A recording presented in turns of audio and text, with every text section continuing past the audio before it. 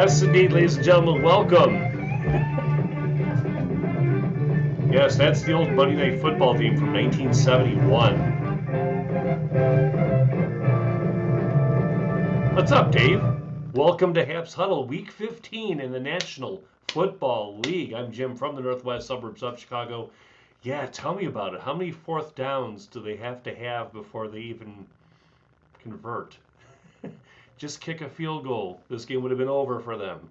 But they handed the game to the Chiefs on a platter, basically. Dave is here to be educated. Well, like I said, pull up a chair, get a cold drink, and enjoy. You guys are in the middle of cricket season right now, from what I understand. So fear not. We're going to get you through Week 15 of the National Football League. This is kind of our footy for you guys over there. How the heck are you? Welcome aboard. Hello. What is going on, Troy? How are you, my friend? Why is an admin? I don't even have any admins. That's weird. It says tap to show. This is weird. I've got a moderator, and oh my God, I was just gonna say I don't know where to start with that. I mean, some question and how many times are they gonna throw the ball to Jared Cook? I mean, Jared Cook is most famously known for being injured.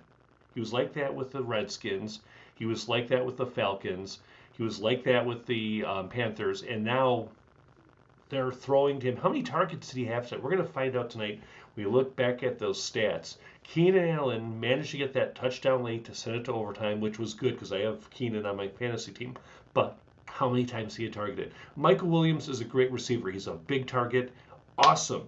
But throw the rock to Keenan Allen. He wasn't getting covered too much tonight, to be honest with you. Troy, hope you're doing well, my friend. Everyone's had Sports to the Blind. Welcome to HAPPS Huddle. I'm Jim from the northwest suburbs of Chicago. Good seeing you here on a Thursday night, Week 15 in the National Football League. Over on HAPPS, we are simulcasting over to Twitch, over to Twitter, and onto YouTube tonight. And you can follow me over there on Twitch at Jim in Chicagoland.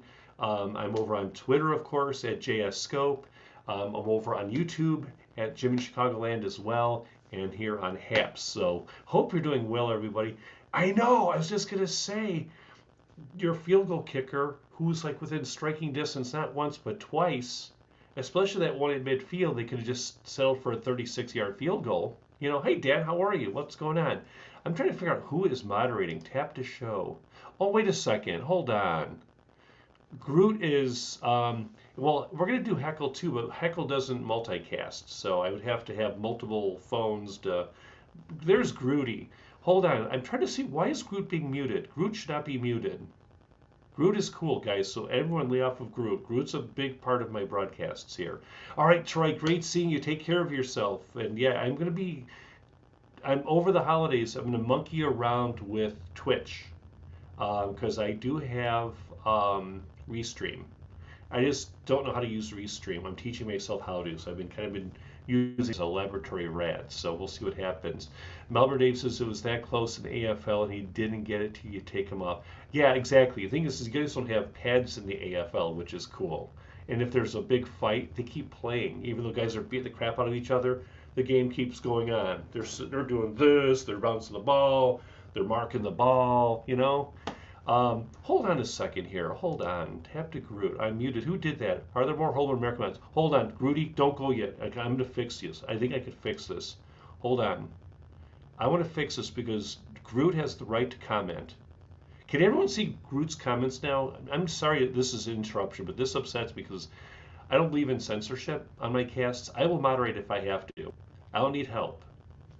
And this is the latest bug on HAPPS. Get a hold of me if you need help. Oh my God, thanks, Troy. Do you use Restream? I'd love to learn how to use Restream.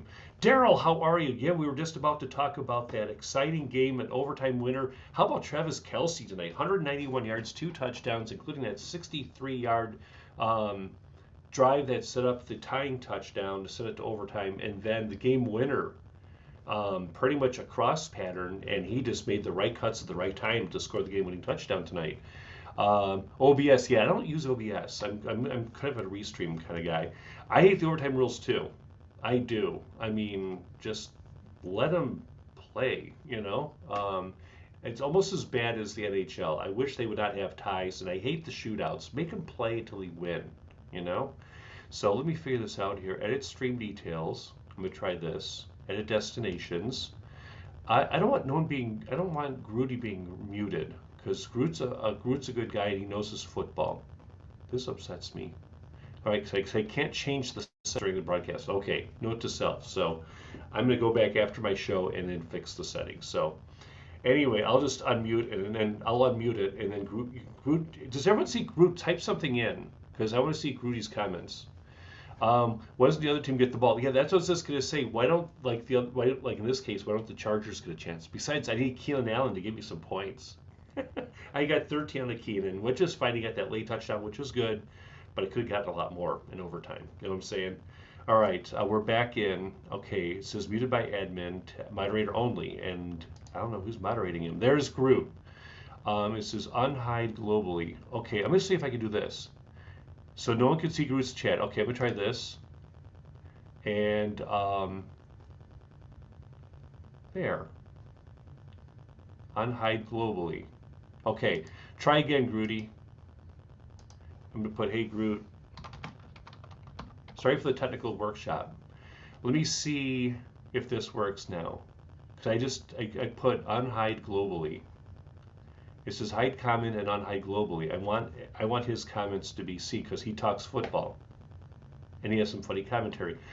Good. All right. I'm getting a screenshot of this, and I am going to send this to Pablo. I mean, I know I don't have a guitar, so I don't know. I have no moderators on my casts at all, and it's muting people. It just upsets me. Yes, Daryl, I hope you're feeling better. I saw you over on Doug and Alley show on Thursday, and I hope you are feeling better. Or no, it was yesterday. Yesterday morning, I was on with Doug and Alley, or just Doug. It's Doug's solo. All right, I'm gonna read Groot's comments. Is some bad Americans muted me? I know. Let's see. I want to unhide globally. I'm subscribing to Groot, and he should be able to. Let's see. Hold on. I'm subscribing to him. I'm applying viewing profile. Hold on. Yeah. I mean, there's nothing here that says I'm doing anything. This is so messed up. I am so sorry, Grudy. I'm gonna read your comments. I'm gonna unmute them and then read them if I can't see them all, obviously, but you get the idea. So I hope you understand. It's not me. Okay, cool, man. But Groot does his lock of the week. He'll do that tonight. I know there's no college football this week, but he will have some college bowl games perhaps, and those start next week. And there's some college bowl games happening, and he may have some locks for you there as those lines begin to appear here for next week as the two 500 teams, like 6th place in the Pac-12 taking on the 7th place in the AAC or the AAF, those kind of things. Yeah, so all right, Grudy. So anyway, let's review tonight's game. It was a very exciting game. My lock got screwed. I was just gonna say, if you had action on this game tonight, you want the other team to have a chance to at least score. You know what I mean? We keep it going. It was horrible. All right, Daryl, get to bed. I hope you feel better, my friend. Take care of yourself. The college lock from Grudy is going to be UCF, University of Central Florida, over the Gators of Florida. So none of this. It's going to be UCF, Central Florida, over Florida. That is his lock of the week. Grudy, do you have a line on that by chance? I've not seen any of the lines for any of the bowl games yet. And there's like 30-some bowl games this year. It should never have gone to overtime. I agree. It was just that the defense was very porous there towards the end for Mahomes to be able to scramble the way he did, especially when he was underthrowing everything. He had that one to Perryman where he clearly underthrew that ball in the second quarter. Do you see that? The ball was like 3 yards in front of him, and the receiver is by himself. And then the other one, he overthrew. And it was just like, man, it was a comedy of errors. Dave, thank you so much for the hearts. I appreciate that. Helps pay for my daughter's, all the awards money helps pay for my daughter's medical cannabis bills. 4 years seizure free now. 4 years seizure free thanks to medical cannabis. Grudy says the Gators are laying 6 against UCF. And Groot's saying, take the dog, take UCF getting 6.5. So he says that Central Florida wins by 10. So guys, check that out. And that's Groot's college game lock of the week as the bowl game fun begins. Let's start off with tonight's action. We had a game over there at SoFi Stadium in beautiful, scenic Los Angeles, California, in Inglewood, California. Chiefs winning 34-28 in overtime. It was the Travis Kelce show late in that game, and I'm still in awe about how he managed to, in that last overtime drive, how he didn't really cut really good, but he was just strong and faster than I thought, and he looked winded when he got into the end zone. I didn't realize this, and I know I shouldn't criticize Patrick Mahomes because he did have some horrible looks, and he threw a lot of too deep tonight. But despite all of that, he managed 3 touchdowns, including that game winner in overtime to Kelce. He was 31 of 47 with 3 touchdowns tonight, and a rating of 105.8, which I will say, okay, I will forgive, but it seems like the Kansas City Chiefs are the St. Louis Cardinals of football. They always find a way to weasel their way into winning. You know what I mean? With all due respect, Stan. With all due respect, Stan. And I know Dan's a big Chiefs fan too. He's happy also, which is cool. But 31 for 47. Travis Kelce, 10 for 191 yards, including 2 touchdowns, that one in the fourth quarter and the one in overtime. Amazing day, but don't take anything away from Tyreek Hill. He tweaked his ankle up a little bit, but he came back to get 12 for 148 yards and a touchdown. Just absolutely an offensive arsenal as far as the receiving tandem of Tyreek Hill and Travis Kelce for the Chiefs. Rushing wise, not much to write home about. Clyde Edwards-Helaire and Darrell Williams just don't impress me nonetheless. On the losing side of things, Justin Herbert, a very frustrating 22 of 38, only 236 yards with 2 touchdowns and a dismal passing rating of 82.8.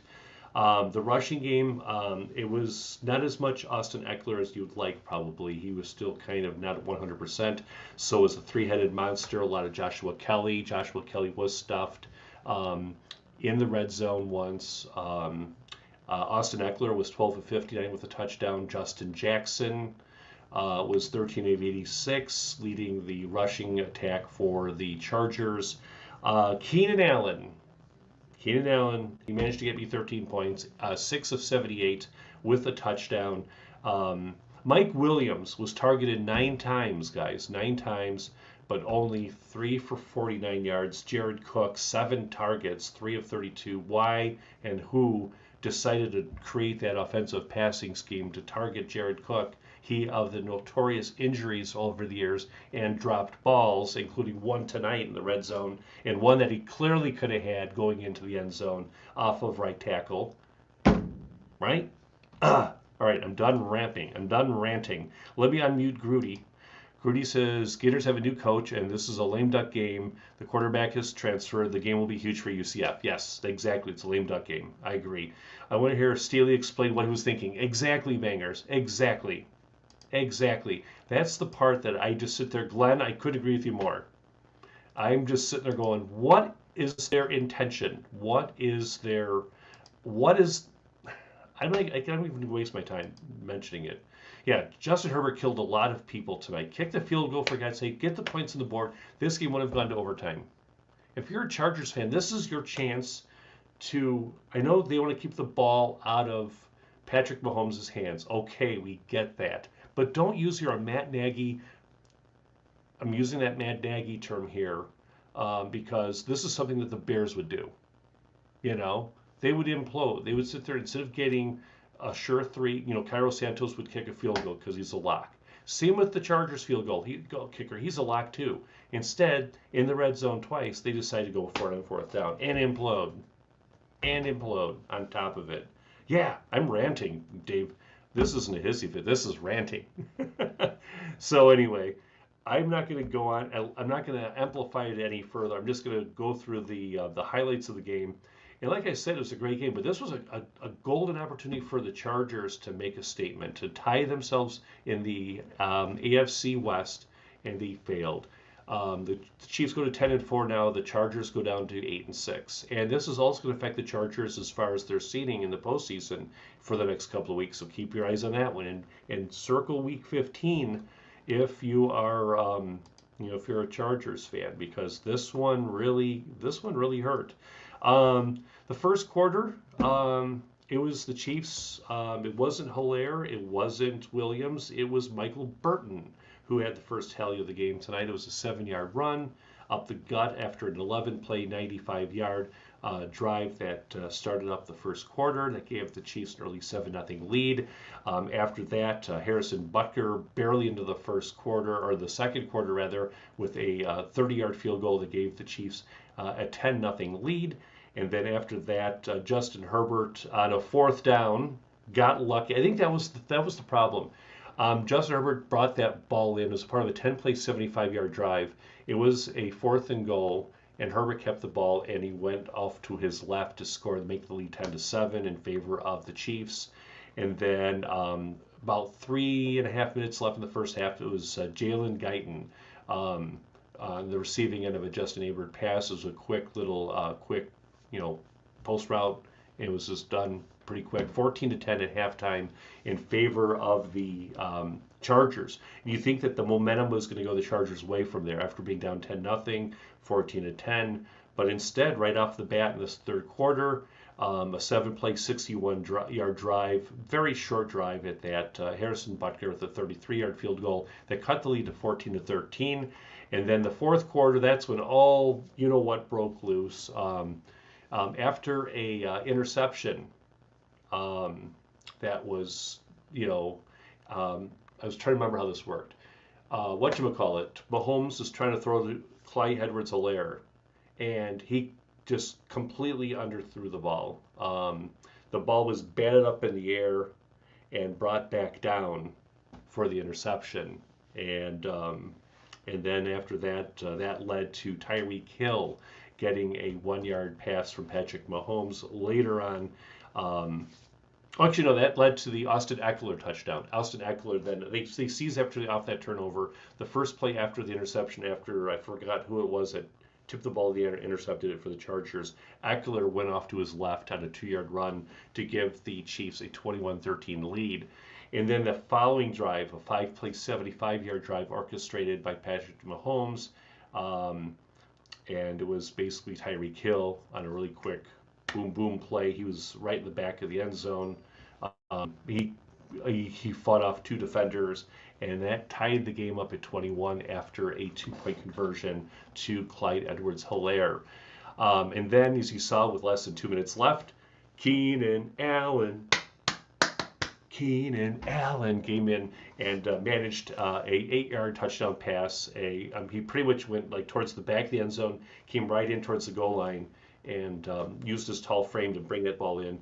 Gave them at the time a 28-21 lead. But then the Chargers defense implodes, and they pretty much lived every gaping hole under the sun. The big one was a big 63-yard run by Travis Kelce that got the ball down to about the 7-yard line, or inside the 5, basically. Then Travis Kelce connected, or was on the receiving end of the pass from Patrick Mahomes that tied the game up at 28 apiece. First drive of overtime, it was Travis Kelce again, jutting and cutting, 34 yards in for the game winner. 34-28, the final over there in Inglewood, California. Yes, this is an interesting combination while I'm listening to Jim and I'm watching the cricket match. Yes, are you guys still playing England? Because I know you guys were talking England and whatchamacallit. You guys were talking whatchamacallit. You were talking about the England and Australia, and then someone last night on my cast came in from India saying he was watching cricket too. So Australia and England to you is a rivalry, is like India versus Pakistan, I learned.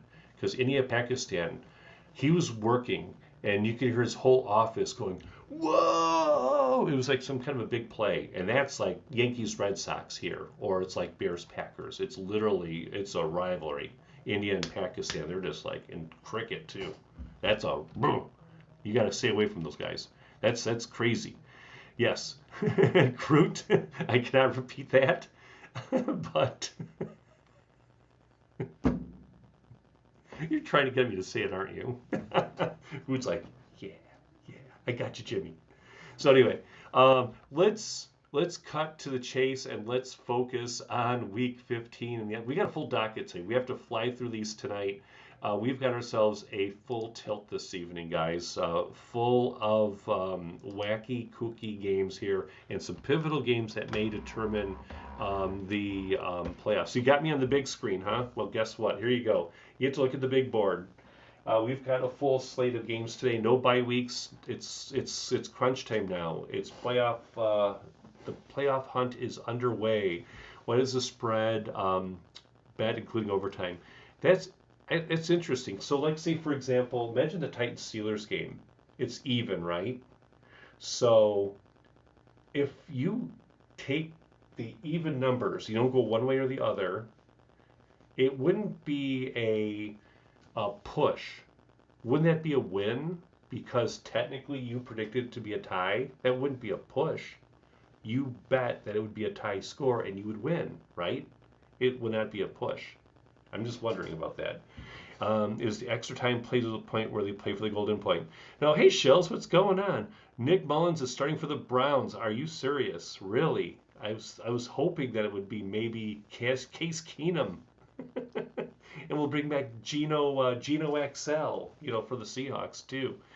Grudy says you could have Tyson in the NFL. It would push. Oh, okay, all right. See, that's what I'm saying is that I always wondered that if you decided to bet this game even and play it straight up even, you should be able to win the money. Just me. Keenum, I was just gonna say.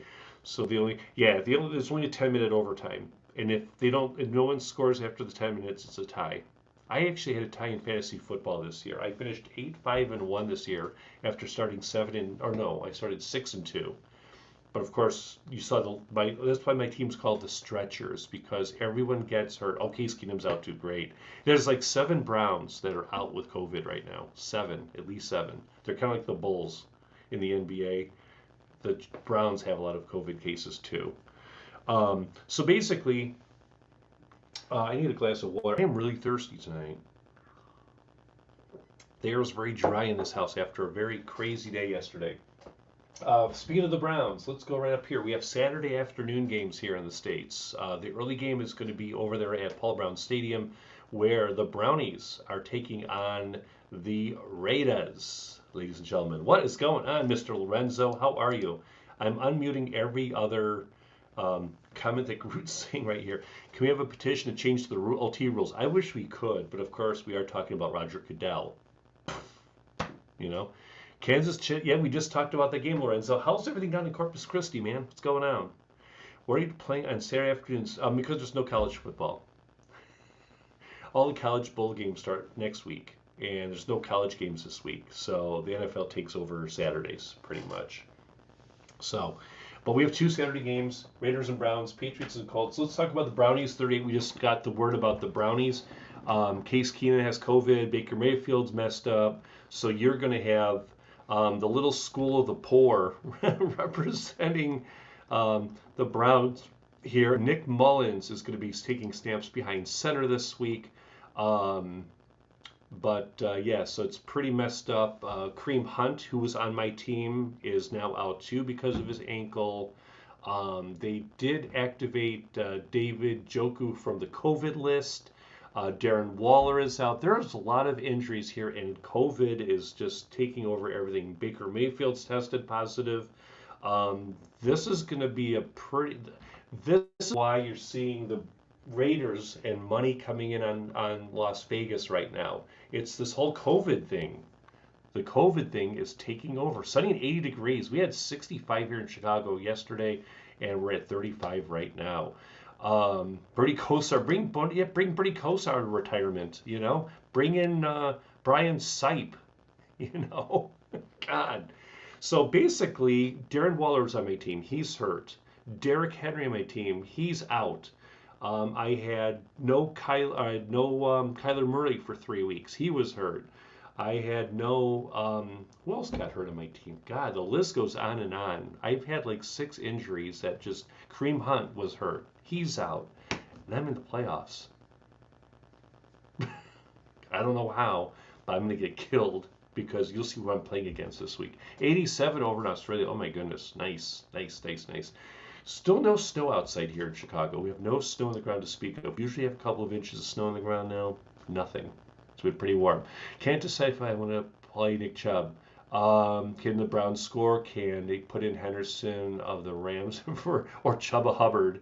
That's a tough one. Groot wants to know if he wants to start Nick Chubb with all that, because all you have to do is, because you're going to have a third string quarterback, line up 7, line up 8, and then just run it that way. The Browns bring in Tim Couch. Timmy Tebow's available. Yeah, it was a close game. Yeah, and then Travis Kelce just made a couple of cuts and he scored for the game-winning touchdown in overtime. So basically, injuries aplenty for both sides, but right now the Browns are just decimated by injuries. And going into this, I saw the 3.5 without the COVID stuff, and I'm thinking this is a no-brainer. I'll take the Browns like that. Getting 3.5 at home, give me the Browns. But as you just heard, there is just a crap load of COVID stuff going on and injuries and everything. It's just looking messed up. Check your game day actives and inactives. If you have anybody like Donovan People-Jones, or if you have Nick Chubb, as Groot does, or if you have, anybody on this team. I know the options are narrow, and it's just sad. I mean Duke Johnson. Remember the name Duke Johnson? That name came up, and I'll be talking about that guy in a second on another team. But there is D'Ernest Johnson. If you remember D'Ernest Johnson on Thursday Night Football a couple months ago, he walked right in and had a huge game, if you remember. So you don't be surprised if D'Ernest Johnson becomes kind of the new Kareem Hunt, in the sense that he won't be the guy getting a lot of the rushing yards, the core yards that Nick Chubb gets, but he'll be put into play action. He'll be put into, be kind of a receiving back, as they say. A lot of intangibles here, and the truth, and with Jarvis Landry out with COVID, I mean they're decimated with injuries, guys. But keep in mind that the Raiders have the 31st ranked defense against running backs. So that's why. Do you take the Raiders getting 3.5, or will they be able to nick Chubby right down the throat? That is tough. I am tough. I mean, I'm just completely. Will anybody watch this game? I think people will, because there are some playoff implications here. The AFC West is a mess. The AFC Central is a mess. I won't be watching it. I won't. I mean, I'm not. I mean, the early games. I mean, I'll be watching. Plus, it's like the only Saturday afternoon game. Of course, we're gonna watch it because there's nothing else on. Let's get to watch some hockey game or something like that, or an NBA game. Yeah, I mean, AFC North. Thank you. So you have 2 Saturday games. This is going to be the game of the night, though. Patriots Colts. That's going to be sweet, and we're going to talk about that in a second. Who do you guys like? Put in there. Would you take the Raiders laying 3.5 against the decimated Browns defense, or do you like Nick Chubb with D'Ernest Johnson going against the 31st ranked defense in the NFL, rush defense in the NFL? Of course, you're going to watch it and you have some beer and some nibbles. Of course, the Browns will give the Raiders. Oh my God, I'd have to unmute Groot on that one. The Browns will give the Raiders at Baltimore, and it went through. See, look, Groot, you showed up on, and it's not hiding comments on you now. Oh, but it just blocked another one. What is going on with HAPPS today? That's why I always encourage you guys to check me out on Newly. Newly is the app where I'm going to be on also. If you have an iPhone, check out Newly. Download the Newly app. It's right down here. I am at Jim in Chicagoland, so make sure you check that out. A lot of other old scopers are jumping over there too, so make sure you check that out too. There is some college rock on. That's true. But, I mean, I know there have been some really good non-conference games, but they're starting to go, like the Big Ten's already doing conference games. The Big East is doing some conference games. But we're doing football. I know John's going with that Raiders. Raiders laying 3.5. Against the Browns. I have to say that as much as the Raiders have been subpar lately, I am starting to wonder about I know, that's what I'm saying, Groot. The one thing that was in question didn't get muted. That's the part that cracks me up. Right now, he wrote Groot. I'm gonna write down what you ever say, Groot, unless it's something profane, which happens. People say that. Groot said, "I haven't said one bad thing either," and that got muted. How bad is that? Hello, Haps. I'm sorry, I don't have a guitar, because if I had a guitar, the Haps leadership team would be here in a second, going, "Jim, you can play guitar?" No, I know how to get you in here. Um, See, like that would probably, I would mute it, Groot. There's a comment about Derek Carr, but I think it's fine. Ohio State and Kentucky was canceled due to COVID too. Oh, geez, okay. Yeah, so I'm taking the Raiders because of the fact that they have more healthy people right now. And I'm not impressed with the Raiders. Josh Jacobs is having a great year. Derek Carr has been very inconsistent, to say the least. Jarvis Landry has been okay, but the guy who's been unconscious lately, and we've been talking about him again and again and again and again, of course, we're talking about none other than Hunter Renfrow. Hunter Renfrow has just been unconscious lately. Um, you might even get yourself some veteran Braylon Edwards if you're lucky. But right now, and I know everyone wants me to say Deshaun Jackson. No, it's going to be Hunter Renfrow is going to be the guy tonight. He is like one of the few slot receivers that I know of that's going to be able to get enough targets and manufacture them. So I think that and Josh Jacobs controlling the clock will be the differentiator in this one. How's the weather in Cleveland? I think it's just going to be in the 30s and cold. There's not going to be any snow. They may have some flurries. We're going to have snow flurries here tomorrow night. That might go in there Saturday afternoon, but I don't think it's going to be anything that's going to impale or affect the running game whatsoever. So mid 30s, maybe some flurries. Give me the Raiders, laying 3.5. And this over-under here is a lot of it has to do with the fact that it's the COVID stuff. I'm going to take the over simply because there's going to be a flurry of turnovers in this one. This English cricket team can't hold a catch, dropped another one. I was just going to say, sometimes like that. See, look, Groot's comment went through perfectly fine right there. And that's what it should always be. And then the next one mutes, unless someone's in here muting Groot, which, guys, don't mute Groot, please. Justin Fields and Bears will dominate. He's looking better. That's something we're going to talk about. I hope you're right. We'll see what happens when we get to the Bears game way down here on Monday Night Football. So let's get to this next one. Sounds like a lot of you guys like the Raiders here. So we're going to go with the Raiders. Patriots and Colts. This one is going to be this is one of my favorite games of the week. I'm down there at Lucas Oil Stadium. This is a huge game for the Colts, and if the Patriots win, they're going to be able to clinch the division. And a lot of people are writing off the Patriots going into the season, but somehow, some way, in that game on Monday night, they had 3 passes, and it was pretty much just Damian Harris and Ramondre Stevenson and a running game. That was a really funky stat that we saw last Monday night. So, but the Patriots are now 9-4. They have won 7 straight. And that weather in Buffalo, do you see that wind? And that ball would go right towards when they were trying to kick. Who was it? What's his name? Nick Folk. The ball would go like this. Boom. You know what I mean? The ball was just like, the wind was like 35, 40 miles per hour. The Raiders will not be too great on the Browns, so Lorenzo is going with the Brownies. Basically, Grudy's going with the Colts. Yes, I'm unmuting Grudy's comments, so I can see them. You guys probably can't, but I can see Grudy's comments. And he's going with the Colts. Bangers are going with the Colts as well, laying 2.5. The over-under is 45 and a hook. Right now, I'm definitely going to go with the over. Is it going to be a good or will it be a bad Carson Wentz? We'll talk about the Colts in a second, but let's talk about the red-hot New England Patriots.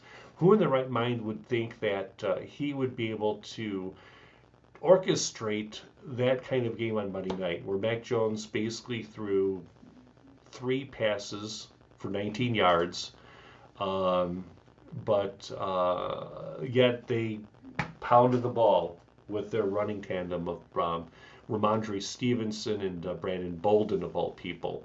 Now, keep in mind, If anybody can get me the story with Damian Harris, is his hammy bad, or is he playing, or is he not playing? That let me know if anybody knows. John's home with the Patriots and the points. Jonathan Taylor to run wild, yes, especially after a bye week. You know what I mean? That's why I'm thinking this has got to be a letdown game.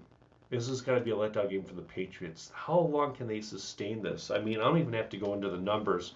Just, hey, Christopher, how are you? Won't be able to do that in the playoffs. Yeah, it's a whole different animal. Yeah, Mac Jones is going to be a deer in headlights. The Patriots will go out in the first round. There's no question about it. But I'm going to say right up front, I'm taking the Colts laying 2.5, and I'm going to take the over in this one because I need Ramondre Stevenson. That's how bad my running back situation is. No Nick Chubb, no Mark Ingram, no Kareem Hunt, no Derrick Henry. I'm down to like my 7th and 8th running backs. I've got Cordell Patterson going alongside Ramondre Stevenson in my backfield this Sunday or this weekend. I know. I'm banged up. Yes, there's could be the Colts defense is vulnerable, but I'm saying is even if somehow or another they're daring Mac Jones to throw the rock. I know it's an indoor stadium, it's in a controlled climate, it's not like the wind blowing like that before, but they want to get in Mac Jones's head early, and I think the front seven for the Colts may be able to manage that just enough. How much can Lady Luck stand the Patriots? I think that ends this Saturday night, in my humble opinion. I think there'll be you don't even need Carson Wentz. Just tell him to block for Jonathan Taylor, you know? Just tell him to lower his shoulder, run out and just kind of lead the block or something like that. I have no one else to play, Groot. I have Kareem Hunt out. I have I have like 5 running backs out. Cordell Patterson and Mark Ingram's got COVID.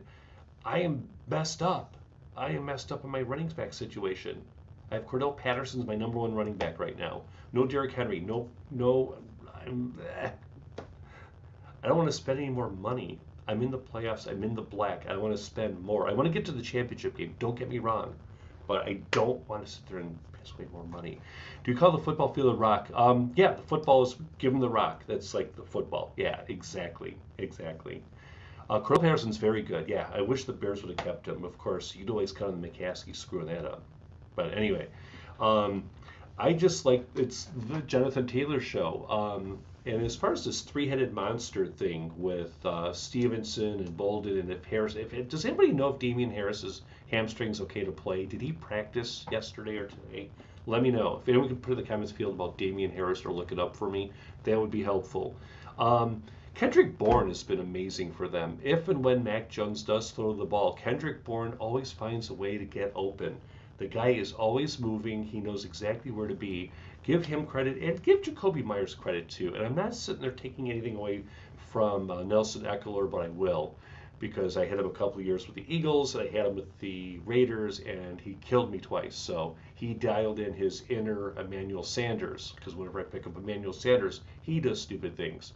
Hunter Henry is finally emerging as a legitimate tight end. So there are a lot of our offensive arsenals for the options for the Patriots, but how long can Lady Luck last? And I think it ends this Saturday night over there in Indianapolis. Hunter Henry is a Razorback. He is a hog. Yes, that is correct, sir. Harris is questionable. Thank you. So I would imagine that even if Damian Harris is at his full strength, you can rest assured that Bill Belichick will bring in that whole proverbial rotation, the 3-headed monster running back situation with Ramondre Stevenson, with Damian Harris, and with Brandon Bolden, hoping that Ramondre Stevenson, if I roll the dice right, I can get at least a touchdown out of him and get double digits from him. If I can get at least 10 points out of Ramondre, I will be in good shape. But I'm going against a really seriously bloody good team. I'm playing against the first place team in the other division, and they're really flipping good. So thank you so much for the update on Harris. That is super helpful. Thank you. Groody. Consult your physician if that lasts more than 3 hours. All right. So next game. Here's your game of the week. Is Allen playing this week? The Buffalo Bills are hosting The Carolina Panthers up there in Buffalo, as far as the first 12 noon game this week. And I want to know what the story is um, with Mr. Allen. There's so many things about Josh Allen, um, but the part is that what's left of Carolina? Raise your hand if you're one of those thinking that, oh, Cam Newton's back, it's going to be good, this is going to be a great comeback. No, it's not. When you don't have anybody in their backfield, you don't have McCaffrey back there, and instead you have Chuba Hubbard or Amir Abdullah, you're in for a long night, especially in Buffalo, especially after that game on Monday Night Football. The Panthers are now 5-8. Cam Newton, quite frankly, is not the answer, and Buffalo's defense is pretty good. And I know Chuba Hubbard scored last week, but he was only 10 of 33, guys. Okay? So don't get your hopes up on the running game for Carolina. As a matter of fact, if anything, rush 4 and then drop 7 back. And stay away from DJ Moore. I am benching him because they're in Buffalo. I have Keenan Allen, who got me 13 tonight. I'm going with Stefan, who's going against Carolina. Thumbs up there. And I'm going with, whatchamacallit, who's my other boy? Not Terry McLaurin. I am going with, hold please, hold that thought. I am going with KJ Osborne against the Bears. Yes, I did pick up KJ Osborne. I'm not sure if Adam Thielen's coming back, but regardless, obviously everyone and their mom's going to be on Jefferson's side of the line. I'm going KJ Osborne against the Bears at Soldier Field on Monday night. So that'll be fun. Bills by 27, Trubisky time in Buffalo. Yes, it's going to be the Trubisky show, from I understand. This is going to be fun. This is going to be fun. Josh Allen has a toe. But I believe, no, Josh Allen's got a turf toe. So check your actives, inactives. I didn't see if he practiced today or if he was limited in practice. If someone can check on that, let me know. As of now, I know Josh Allen is starting, but I'll check into that also on this end, but let me know too. Basically, well, I'm done talking about Carolina. We already talked about DJ Moore and Robbie Anderson and how they don't have Cam Newton just simply isn't communicating with them at all. DJ Moore also has a hammy. He had limited practice yesterday. I don't know about what he did today, but he had limited practice. But he's been pretty much their big go-to as far as yards are concerned. Against the Falcons, Robbie Anderson was 7 of 84 with a touchdown. But like I said, Cam Newton's just been very subpar, very disappointing so far. So I just don't see much of this because the Bills' defense is lights out at home. They've only allowed 4 passing scores all years, guys, and that's home and away. But I'm not even talking about what they do at home. At home, I think they have not given up less. I think they haven't given up more than 200 yards passing at home. So they're pretty good defensively. So just putting that out there. So I think Josh Allen is going to start despite the toe. Throw the ball to Stephon Diggs. I need a lot of targets. I need all the points I can get. Let's make that happen. Backfield-wise, it's going to be Devin Singletary. I still think Zach Moss is in the doghouse for some reason. I don't know what that is all about, but expect a lot of Devin Singletary. Dawson Knox is going to be in the equation as well. I am going with the Bills laying 10.5. This is just going to be an ugly game. I think the Bills escaped Monday night, or got mad Monday night rather. I mean, they got, you get the idea. They got pissed. They're not too happy, so they're going to take it out on the Panthers on Sunday over there in Buffalo. Bills by 27. Apparently he feels good. Okay, so like I said, I'm assuming Josh Allen goes, even if you put Trubisky in there, give me the 10.5. It's because he's got a competent offensive coach, quarterback coach, and an offensive coordinator who knows what he's talking about. Okay. Next game. Oh boy, I hope this isn't one of those games where Kyler Murray throws for like a touchdown early, gives the ball to James Conner 50 billion times, and then just gets 200 yards. I don't want that to happen. I want Kyler Murray to go 31 of 41 for 4 touchdowns, including running in 2 of them. Is that too much to ask for against the Detroit Lions, especially when they're decimated with COVID and other injuries? Of course it is. 12 and a half for the Cardinals. Is that a lot of wood or what? 47 and a half is the over-under. Let me move that up. There we go. 47 and a hook.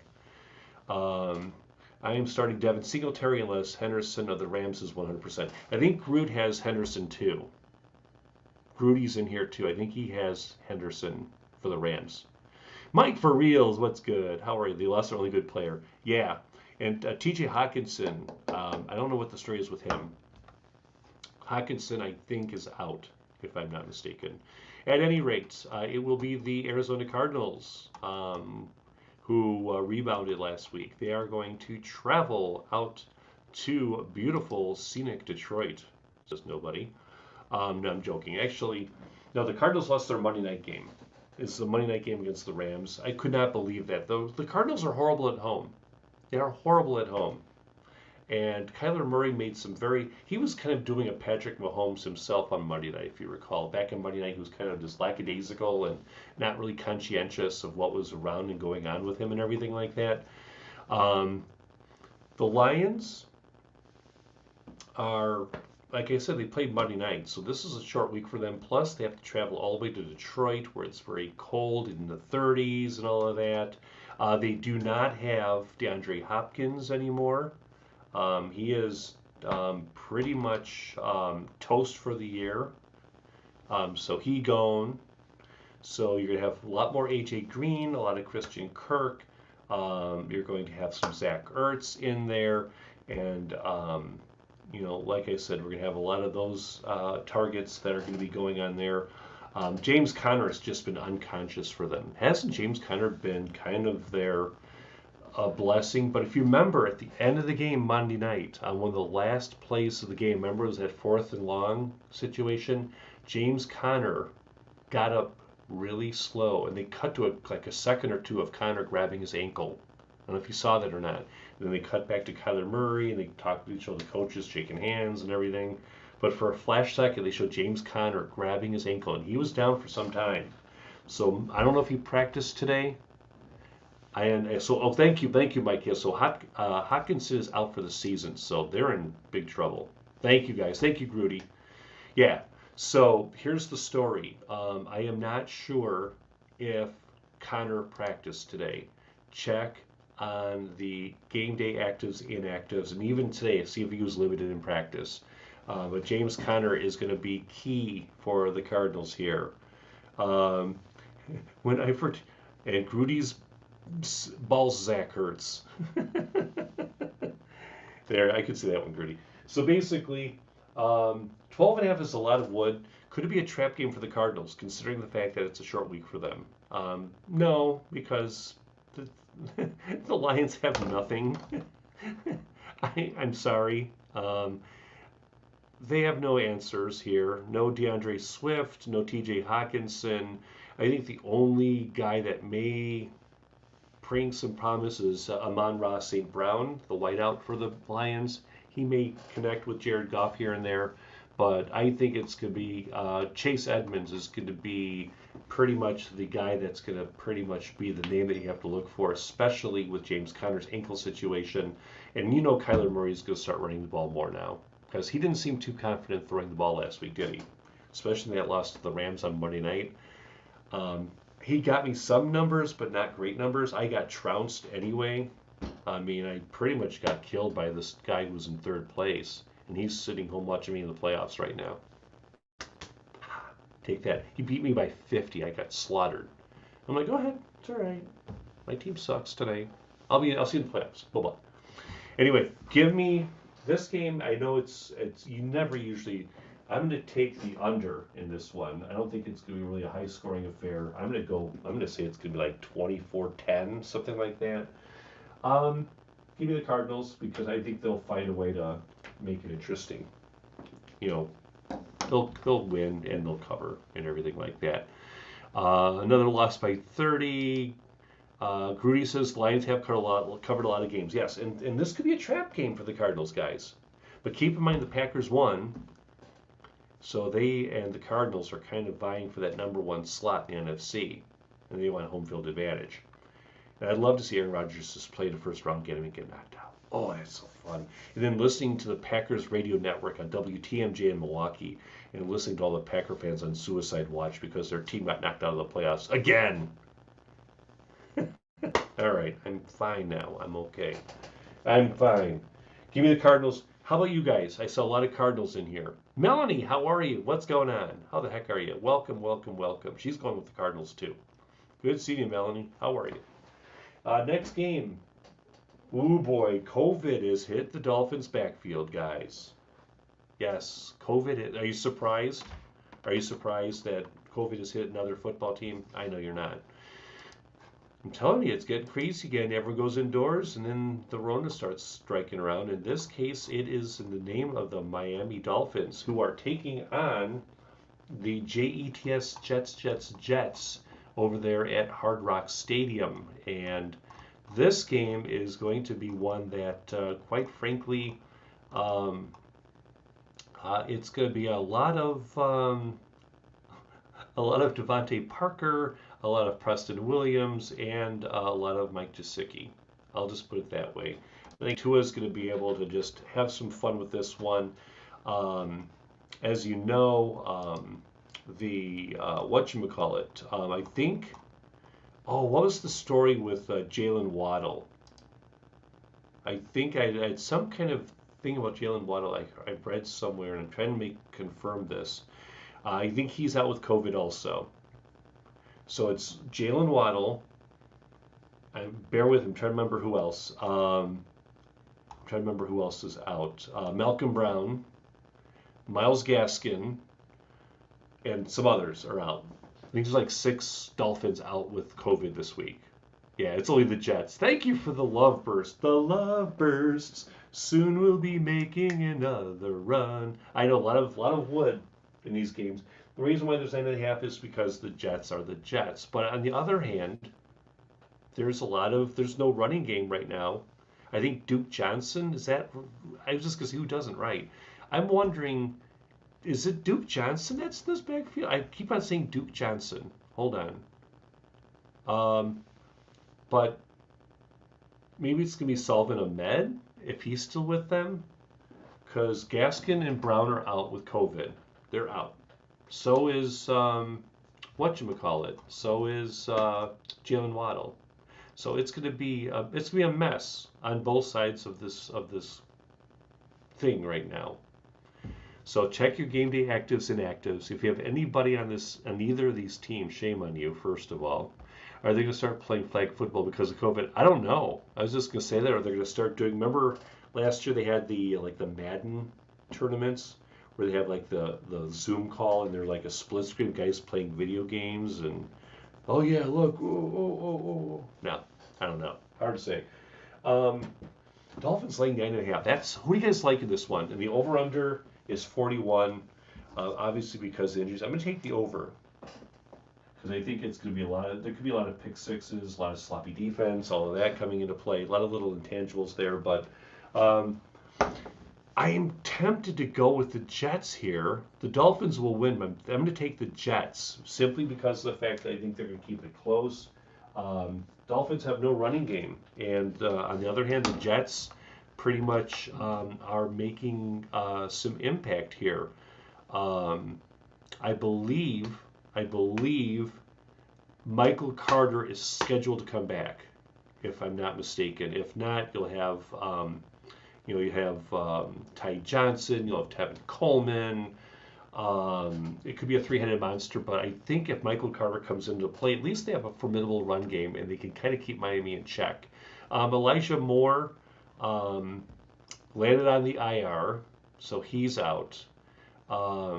There's really no receiving options for Zach Wilson, to be honest with you. We keep on saying Jamison Crowder. There's nothing there. Somehow the Jets will manage to hang in there, but they'll lose. Give me the Jets getting 9.5 because this is way too high. That's too much.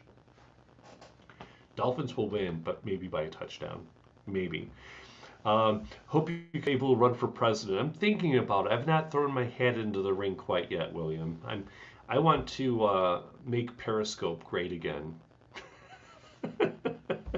Or at least win Powerball or Mega Millions so I can buy the software rights to Periscope and bring it back. Or buy HAPPS Classic. Hey, Baba, how are you? Michigan! Oh, the maize and blue. It was so fun talking to Doug of the Doug and Alley Morning Show, Frameable Faces on Thursday or on Wednesday. That was so fun yesterday morning, talking about the maize and blue and how he's going down to Florida. He's all geeked. He's all excited. That's so cool.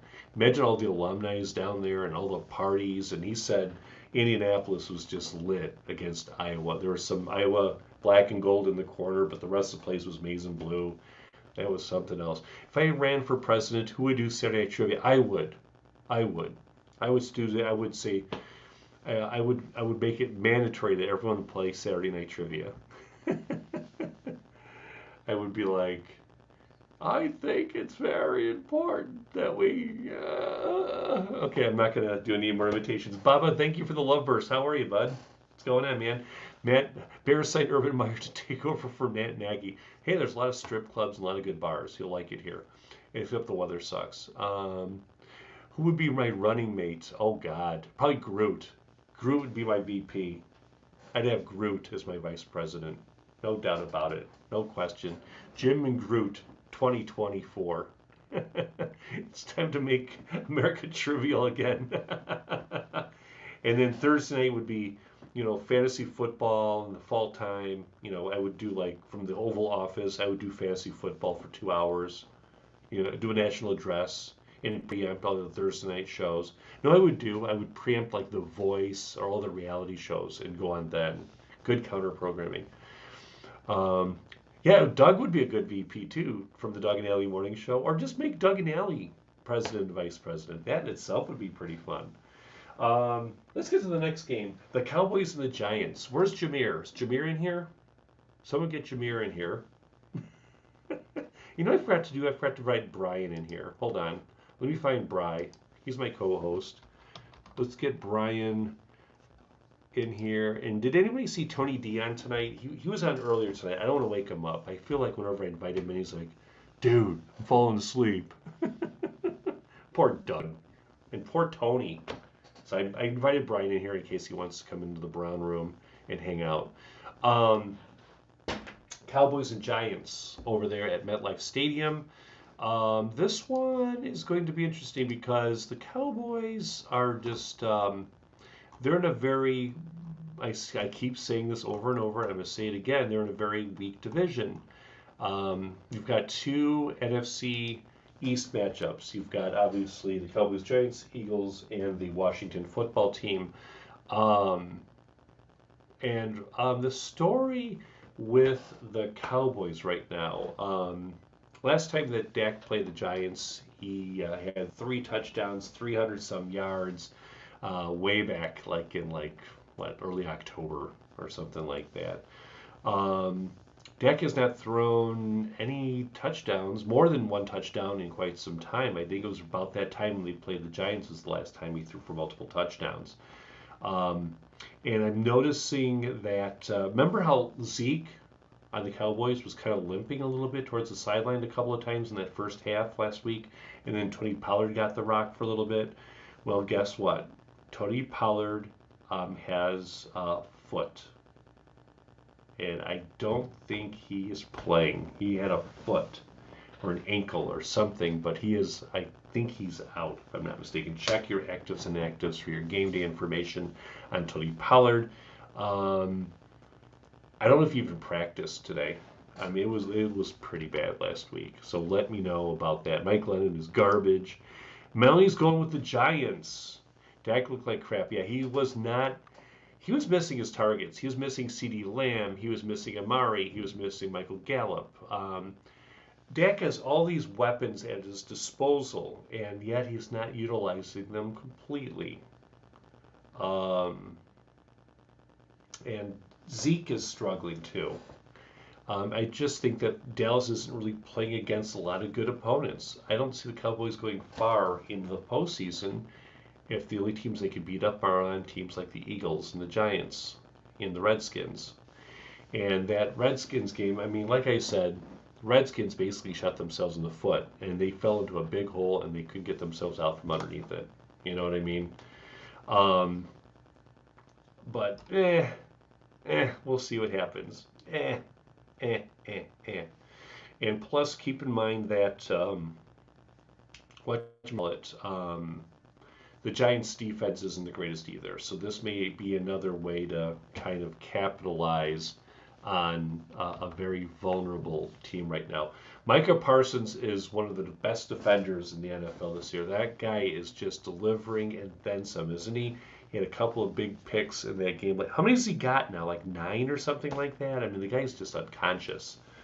The Cowboys D will score. The Cowboys defense has been doing quite well with Parsons, with Van Der Esch, all of those guys. Um, but 10.5 against the Giants. I know that the Giants are banged up and messed up in every way, shape, and form. This may be a healing salve for Dak. I think that this may be something that, especially with Mike Lennon taking snaps from behind center as our journeyman quarterback week continues, if Case Keenum didn't have COVID and if Geno XL in Seattle was playing, we would have a bunch of and then Trubisky starting, a bunch of backup quarterbacks going.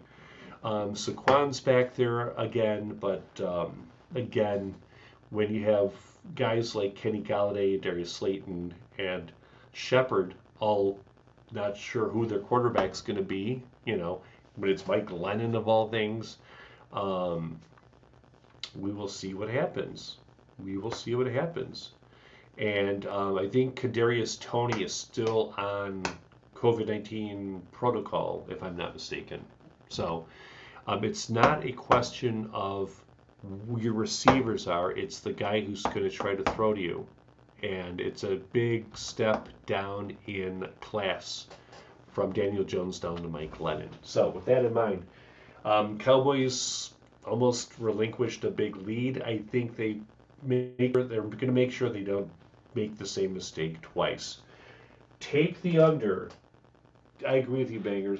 Glenn, I agree with you. Take the under. This thing's just going to be it'll be like 7-3 at halftime. I don't think the Cowboys are going to explode early. I think it's going to be a sloppy game. Give me the Cowboys laying 10.5. I know it's a lot of wood, but man, Mike Lennon, really? Next. Down here, the subpar game of the week. The Washington football team. The Washington football. So you guys are taking the Cowboys. Yeah, I'm taking the Cowboys laying 10.5. It's a lot of wood, but still. Mike Lennon, really? In a defensive, a pick 6 for the Cowboys. Will it be Parsons? Maybe. Washington and the Eagles over there at Lincoln Financial Field in Philadelphia, where the Eagles, a lot of wood there, 9.5. And the over-under is 43 and a hook as they take on the Washington football team for a 12 noon tilt over there. Taylor Heineke, my goodness, where do we start with this guy? Right now, they needed that win against the Cowboys last week. They're now 6-7, and they are really in dire straits. They need to win this game. This is a must-win for the football team. There's no question about it. I know that Heineke hurt his knee, if I'm not mistaken. Did he practice? Melanie's going with the football team over there in Washington. Did Taylor Heineke practice Favre 2.0? Just out of curiosity. I just want to see if he's okay. Because right now that's a lot of wood, and that's going to make or break. He's okay. All right. Thank you, Baba. I appreciate that. So, J.D. McKissick had a concussion last week. Not sure if he has cleared concussion protocols yet, so make sure you check the game day actives and inactives. I sound like a repeat record. Must be week 15 in the NFL. McLaurin who's on my team. I benched him again because of his concussion, so you can add him to call my team code red because half my roster is red right now. If I show you my injured list, here's my lineup, or here's my roster. Here, watch this. Here, submit lineups. Here's my roster. Look at all the red on my team. Let me see if I can see. Well, first, Lenny is live, talking with Sweet Pea Leslie. They're talking gossip over there with Lenny. Here you go. So wait for this. Wait for it to focus. Hold, please. Will it focus? Let me see if that works. There we go. Look all the red. And keep in mind I had Derrick Henry, Kareem Hunt, out. You also have whatchamacallit out, Madison out with COVID. You have a concussion for McLaurin. You've got DJ Moore out or doubtful. You've got down there, you've got Darren Waller also out. Look at all the red on my roster. A lot of red. Hi, Kim. How are you? Welcome to HAPPS Huddle, Week 15 in the National Football League. Everyone say hi to the amazing and beautiful Kim. How are you, my friend? Hope you're doing well over there in beautiful Massachusetts. Alan looked better than the iMovie. Yes, I agree, Rudy. So Heineken needs to. I mean, Antonio Brown or Antonio Gibson. I'm going against Antonio Gibson this week in fantasy. I know that McKissick is out. McLaurin is going to be kind of in concussion protocol as well. So that means they're going to be very reliant on the running game and Antonio Gibson, which I don't want to hear because Antonio Gibson is somebody going against in the playoffs this week. I want to win money. I am right now in positive cash flow mode, but I want to make more. I want to get some new lighting here for downstairs. So if I win my league this year, I can upgrade my lighting and get some nice LED lighting downstairs here in the family room. Bam! But the Eagles, on the other hand, Kim, how have you been, young lady? Long time. It's been a couple of weeks. Hope you're doing good. What was I going to tell you guys? Crap. Oh, yes. So the guy who I was thinking about picking up, the receiver, the tight end that I'm considering replacing the Freiermuth guy on Pittsburgh. Let me run this by you guys. Ricky Seals-Jones against the Eagles. Do I pick up Ricky Seals-Jones and drop Darren Waller? Because that guy's going to be hurt the rest of the year. You don't come back from a hammy or the injuries that he's had. Darren Waller's, I think, a non-issue for the next week or two. I'm thinking about picking up Ricky Seals-Jones and starting him instead of Freiermuth.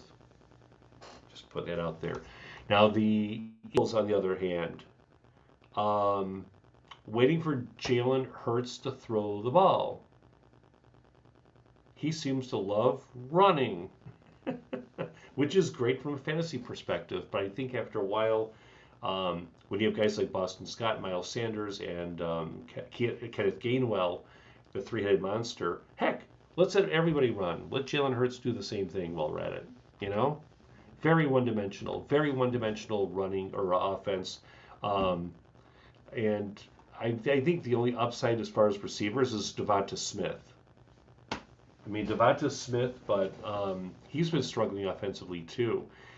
Jalen Hurts is going to have the Kyler Murray syndrome. He's going to keep running till someone really takes him out, like his knee, or does a low hit on him or a late hit out of bounds.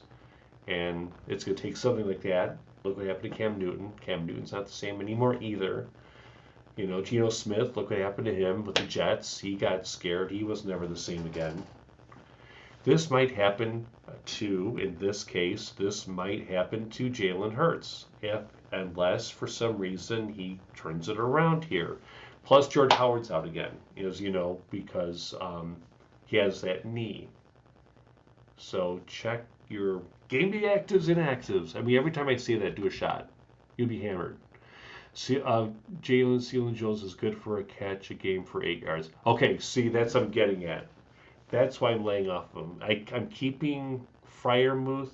If you remember him on, what was it, Sunday night or was it Monday night? Sunday night. The game where the ball went right through his hands at the end of the game. He had the one touchdown late for the Steelers, And then the last one was the last play of the game. They went cover two on him, and the ball was like right through his hands. It was kind of like this, and it went through his hands, and he couldn't pull it in. So I may keep Freiermuth and roll the dice there. And I know the Steelers are playing the Titans up here, so we'll talk about that game in a second. So, having said all of that, guys, I know the Eagles are tough at home, but I think the Eagles are going to win, but they'll only win by a touchdown. Give me the Washington football team and give me the over on that one. Reason being is that it'll be a 7-point game. The Eagles will win late, and the Eagles are still mad about last week. So, and they are moving down in class, or moving up in class against, or down in class against Washington, who's still stake bit about the Cowboys game last week. So, give me Washington getting 9.5, and give me the over on that one. Who do you guys like in that one?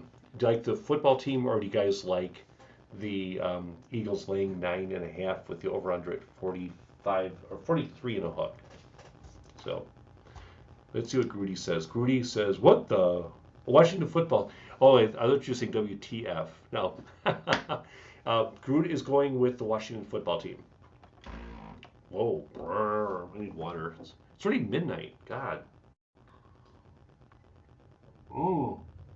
John's going with the Eagles at home with the 9.5. That could be a blowout game because maybe last week was kind of the gut buster, the one that they should have had against the Cowboys and they didn't. They had a chance to make a statement and they didn't. The Eagles are not exactly a good team either. They're 6-7 also, and both of those teams need a win or they're done for the year. They're in NFL hell right now, where they're not sucky enough to get a good draft pick, but they're not good enough to make the playoffs. That's called NFL hell. So up to the top of the board. We're halfway done. We're halfway home, kids. Titans and Steelers. Let's fly through this one really quick. This is going to be an interesting one here in the sense that both these teams are banged up. Surprise, surprise, right? Week 15 in the NFL. This game is going to feature Ryan Tannehill and company as they swing over to Heinz Field to take on aging teen idol Ben Roethlisberger, Deontay Johnson, and the Steelers. And I am going against Deontay this week in fantasy. My worst nightmare realized because the Steelers are horrible against the pass. So I'm also going up against Najee Harris. And the Titans are not that good against the run. Hunker down and buckle up. This is going to be a long night. If Najee and Deontay go off against me on Sunday afternoon over at Heinz Field. The Titans are 9-4 for some reason. They're still on top of the division in the AFC South. They shut out the Jags last week, but then again, my daughter's high school football team could probably shut out the Jaguars as well. Hence, goodbye. Fare thee well. Whatchamacallit? Urban Meyer. Oh boy. Anyway, we're gonna look at that. We got Melanie going with the Steelers. With the Bears trades Fields for Tua? No, because they're stupid. The front office doesn't trade for nobody. They're cheap and they're stupid, and nobody wants to come play here because McCaskies are cheap. Cheap. Titans, basically, here's the story with the Titans right now. They have no running back. Jeremy McNichols is back. If you recall McNichols earlier in the year, back when I had Derrick Henry, back when I had the best record in my league, back when I had a running back that was staying healthy. Jeremy McNichols would rear his ugly head once in a while. He'd be like the guy that does the play actions. He'd do the screen plays, all of that. He's back. He is off the injured list. But now you're going to have D'Onta Foreman. You're going to have him. You're going to have Dontrell Hilliard. You're going to have Jeremy McNichols. There's nothing that I hate more than a three-headed monster in the backfield. As far as targets are concerned, A.J. Brown is still out. He's got a chest. But Julio's back after being out for a while. But keep your eye on his hamstring. Hamstrings don't heal. in a week or two. And if you come back too quick, he can come back and hurt him again. Hence, keep your eyes out on Nick Westbrook Ikini. He may be their only legitimate receiver that is out there right now. The Steelers, I don't know how they do it, but every time you write them off, they somehow find a way to make it back into it. I mean, that Steelers game against the Vikings, I was just like, man, whoever thunk it, right? Because I was like, I'm going to go, like, remember the game last week? I was literally like, I'm going to go wash up, and I'm going to go change, I'm going to go do the show, blah, blah, blah, blah. Had Freemuth brought that ball in, the Steelers would have been, yeah, that would have been an ultimate game for me, because that would have been a kind of a nail in the coffin for one of my old opponents before the playoffs, of course. But Najee Harris is going to be key. Run the ball, make it happen. He had a 2-touchdown game last week. This is what the Steelers need if they want to get in a postseason berth. They need a lot of Najee Harris. He had 2 touchdowns, 104 yards. He also had a reception for a touchdown as well. So he's had a decent year. For a rookie, he's done quite well. He started out kind of iffy, but he's starting to pick up some momentum, and they need that. We need to stop Deontay. Someone on the Titans take responsibility, cover him like a glove. Do not let him score. Unfortunately, the Titans' defense is not the greatest. They're okay against the pass, but they do better at home, it seems like. But beware of Deontay. I love these receiving tandems. These guys always find a way to stay in their game. They almost came back last week. Chase Claypool's back in the equation. James Washington. We want Pat Freemuth. We need the tight end. For me, I need double digits from him. He gave me 9 last week. I need 10 or more this week. I want double digits across the board. I need at least 100 points, and I will win my game, and I will get to the championship game in fantasy. Back to this game, Steelers and Titans, even Steven. Give me the Steelers. And give me the over. Give me the over. The Titans, Steelers. So far, Melanie likes the Steelers. John likes the Steelers.